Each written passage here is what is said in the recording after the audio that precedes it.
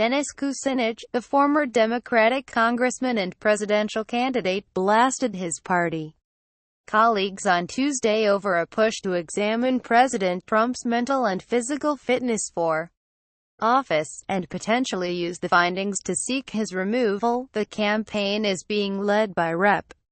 Jamie Raskin, DMD, who has tried to rally support for his bill in the wake of Trump's controversial attacks on various media outlets and personalities, but Kucinich told Fox that Democrats aren't doing the party any favors with proposals like this. "It's a political statement, not a medical statement," said Kucinich, a Fox News contributor.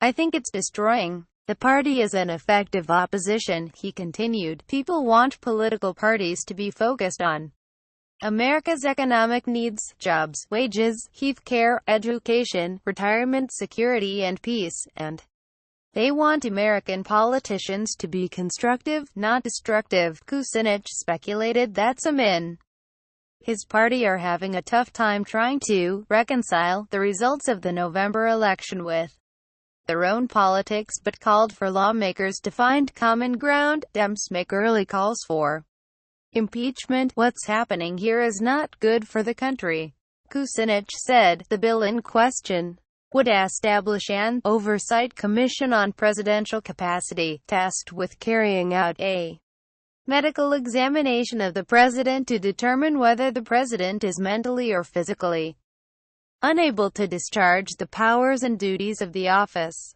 Under the bill, this determination could be made if the commission finds that the president is temporarily or permanently impaired by physical illness or disability, mental illness, mental deficiency, or alcohol or drug use to the extent that the person lacks sufficient understanding or capacity to execute the powers and duties of the office of president. The bill cites the 25th Amendment, which states the vice president shall assume the powers of the presidency when the president is declared unable to discharge the powers and duties of his office. The same section, though, makes clear that the vice president and others would need to sign off on such a decision, which could speak to why Kucinich and other critics view this as a purely symbolic effort.